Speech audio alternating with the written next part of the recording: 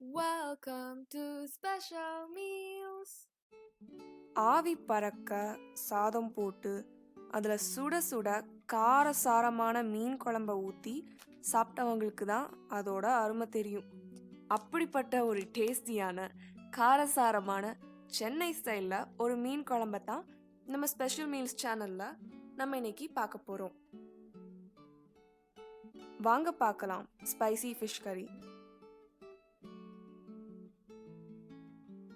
ஃப்ரெஷ்ஷாக பிடிச்ச மத்தி மீனில் தான் நான் இன்னைக்கு இந்த மீன் குழம்ப செய்ய போகிறேன்.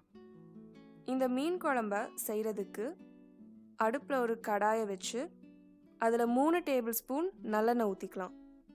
எப்போவுமே மீன் குழம்புக்கு நல்லெண்ணெய் ஒரு தனி ஃப்ளேவரை கொடுக்கும். இப்போ எண்ணெய் நல்லா சூடானதும் அதில் 1 டீஸ்பூன் கடுகு உளுந்தம்பருப்பை போட்டுக்கலாம்.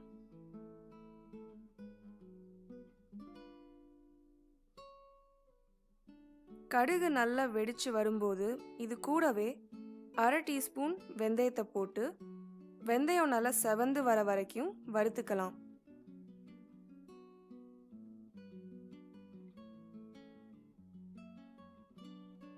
வெந்தயம் நல்லா வறுபட்டதும் இதில் பொடியாக கட் பண்ணி வச்ச 20 சின்ன வெங்காயம்,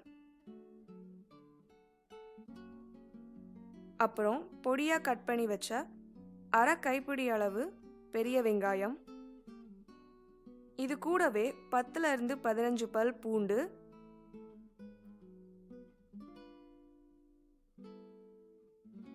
அப்புறம் கொஞ்சமாக கருவேப்பிலை, இது எல்லாத்தையும் போட்டு வெங்காயம் நல்லா டார்க் ப்ரௌன் கலர் வர வரைக்கும் இதை நல்லா வதக்கிக்கலாம். 6 இருந்து 8 பேர் சாப்பிடக்கூடிய அளவில் மீன் குழம்புனா இன்னைக்கு செய்கிறதால இந்த அளவில் வெங்காயம் சேர்த்துருக்கேன்.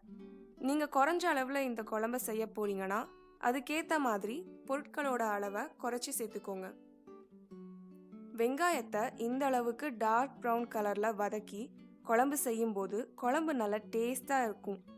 அதே சமயத்தில் வெங்காயம் கருகாமலும் பார்த்துக்கணும். இப்போ நல்லா வதங்கின இந்த வெங்காய கலவையோட 3 பெரிய சைஸ் தக்காளியை இந்த மாதிரி மிக்சியில் நல்லா விழுதாக அரைச்சி இதோட சேர்த்துக்கலாம். இது ஒரு முறை நல்லா கலந்து விட்டுட்டு இப்போ இந்த குழம்புக்கு தேவையான பொடி வகைகள் சேர்த்துக்கலாம்.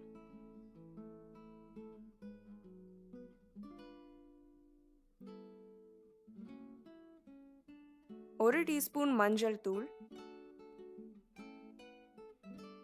3 டேபிள் ஸ்பூன் அல்லது உங்கள் காரத்துக்கு தேவையான அளவு குழம்பு மிளகாய் தூள், இது ரெண்டுத்தையும் போட்டு முதல்ல நம்ம ஊற்றின எண்ணெய் ஓரளவுக்கு பிரிஞ்சு வர வரைக்கும் இதை நல்லா வதக்கிக்கலாம். அடிப்பிடிக்காமல் இருக்க இதை அப்பப்போ கலந்து விட்டுக்கோங்க. இந்த மாதிரி எண்ணெய் பிரிஞ்சு வர வரைக்கும் வதக்கினாதான் கடைசியில் குழம்புல நல்லா எண்ணெய் மிதந்து வரும். இப்போ தக்காளியிலேருந்து ஈரப்பதம் எல்லாம் வற்றி நம்ம முதல்ல ஊற்றின எண்ணெய் ஓரளவுக்கு பிரிஞ்சு வந்திருக்கு. இந்த சமயத்தில் ஒரு பெரிய எலுமிச்சை சைஸ் அளவில் புளியை தண்ணியில் கரைச்சி இதோட சேர்த்துட்டு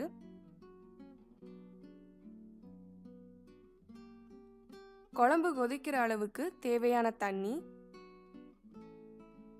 அப்புறம் குழம்புக்கு தேவையான அளவு உப்பையும் போட்டுட்டு குழம்பு நல்லா கொதிச்சு வரும்போது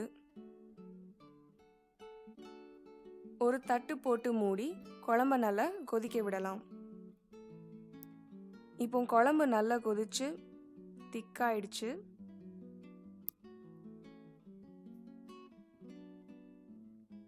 அப்புறம் எண்ணெயும் நல்லா பிரிஞ்சு வந்திருக்கு.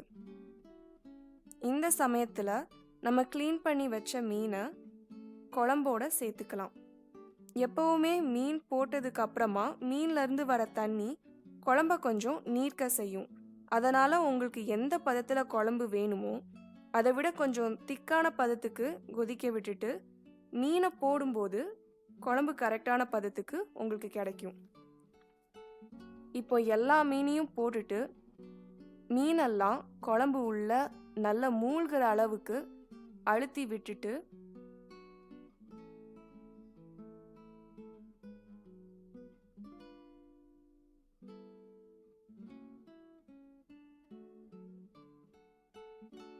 ஒரு தட்டு போட்டு மூடி மீனோட சைஸ்க்கு ஏற்ற மாதிரி 3லேருந்து 5 நிமிஷம் வரைக்கும் கொதிக்க வச்சு அடுப்பை ஆஃப் பண்ணிங்கன்னா நம்மளோட ஸ்பைசி அண்ட் டேஸ்டி மீன் குழம்பு ரெடி.